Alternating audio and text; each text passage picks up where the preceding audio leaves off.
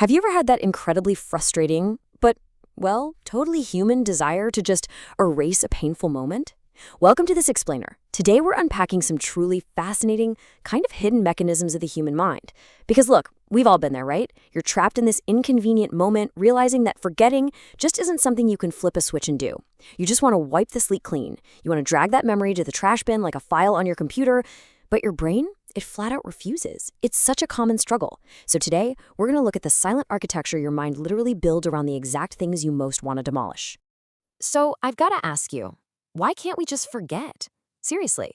You can make all the external choices in the world. You decide, I'm not going to talk about it. You stubbornly refuse to look at certain photos. You take the long way to work just to avoid that one specific street, or you instantly skip that song the second it comes on the radio. But why doesn't that actually work? Well, because despite all that dodging and weaving, the memory itself, that specific quality of light, that heavy weight of the moment, it still exists inside you. It carries the stubborn, almost immune-like resistance to being erased. It turns out, external avoidance never actually gets rid of the internal weight. Okay, let's dive into this. This brings us to section 1, the paradox of forgetting, or what psychologists call the white bear problem. We're looking at a pretty cruel psychological irony here. It turns out, the harder you try to forget something, the more structure it actively builds in your head. By treating a memory like an enemy you have to suppress, you're not starving it of oxygen. No, you're actually accidentally handing it the blueprints and the bricks to build a fortress in your mind. Neuroscience calls this ironic process theory, or more informally, the white bear problem. Think about it. If I tell you right now, do not think about a white bear, what is the absolute very first thing your brain has to do? Yep, it has to picture a white bear.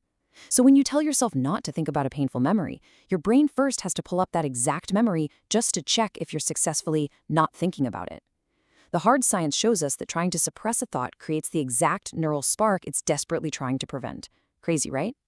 So let's move right into section 2 and see how this works. Memory as a builder, and this idea of functional reconstruction. Because suppressed thoughts are constantly being activated and checked by your brain's monitoring system, your mind doesn't just passively hold on to them. Actually, your mind acts way more like an active construction site. The common myth out there is that memory is this faithful archive, like a static video recording of events that you just hit play on. But the reality, memory is a functional reconstruction. Every single time you remember something, you are not playing back a saved file. You are rebuilding it from scratch, in real time. Your brain is actively pulling fragments together. It's filling in the gaps, and it's shaping the story to fit who you are right now, what you currently need, and, this is key, what currently threatens you. I want to pause for a second here. I really want to let the weight of this next concept sink in. We do not remember events. We remember the last time we remembered them. Memory is a palimpsest, written, erased, written again, always in our own hand. Just think about what that means. Every time you visit a memory, it gets changed by your visit. When you repeatedly replay a painful experience, you aren't wearing it out. You're actually reinforcing and refining that neural pathway. The memory grows more vivid, not less. It gets richer in its emotional texture. It actually becomes more present, instead of fading into the distance. Now, what's really interesting about this slide is how it completely reframes our entire past. Memories are not preserved in amber. They're alive. Those memories you've tried so incredibly hard to forget, they've been continuously updated by time. They've been reshaped by everything you've survived since that moment happened. They've been made heavier or maybe even a little softer by the person you had to become in their aftermath. They are living, breathing constructs right there in your mind. But, this architecture doesn't just exist in our thoughts. And that brings us to section 3, the body's silent architecture. Think about the language we naturally use when we talk about memories.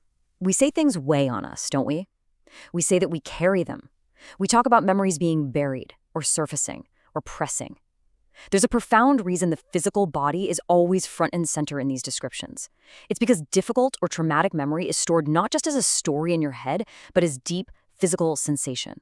Let's walk through this together. It's that sudden constriction in your throat. It's that hollowness you feel right behind your sternum. It's a sudden, tense readiness in your muscles. This is the actual structural change the event made inside you. It's why certain rooms just feel wrong the second you walk in. It's why a particular tone of voice immediately tightens something in your chest. It is literally the reason you flinch before your conscious brain even knows why you're flinching. So, here is the really crucial point. We often judge these physical reactions so harshly. But listen to me, These sensations are absolutely not signs of weakness. This architecture was built for protection. These physical sensations are absolute proof of a brain that learned, completely correctly by the way, that certain kinds of moments require you to be ready. It's just that the protective building your brain constructed has simply outlasted the actual threat. Which brings us to the most important pivot in this whole explainer. Section 4, making peace with monuments. So, if we can't burn the building down, what exactly do we do? Well, our goal cannot be impossible erasure. Instead, we have to completely change our relationship to the memory. We have to learn how to let it exist without letting it colonize our present moment. And here's the path researchers say helps us actually achieve that psychological shift. Step 1, we have to end the exhausting, totally counterproductive attempt at erasure, basically bypassing that white bear problem entirely. Step 2, we provide context to the fragmented physical memory. And step 3, we achieve integration. Now, integration is simply the process where threatening memories become woven into the larger narrative of your life. They lose their intense charge, not because they magically disappear, but because they're finally given their proper context. And here is why this matters. This is really what I want you to take away from this explainer today. When integration happens, the wound becomes part of the story, sure, but the story becomes so much larger than the wound. There is something incredibly tender in realizing that your mind didn't build all this heavy architecture to torture you. It built it to protect you. It wanted to make sure you didn't forget what the experience cost, keeping the lesson completely intact even when the pain was just too much to look at directly. What you tried so hard to forget was really just your brain trying to make sure you remembered what actually mattered. You know, you're allowed to say, "This happened, it's real, it lives in me." But I am also more than it. The monument remains, but you stop living inside it. You step outside, into the present. So I'll leave you with this question as we wrap up. Knowing that your mind built these monuments purely out of an instinct to protect you, how will you choose to walk alongside them tomorrow?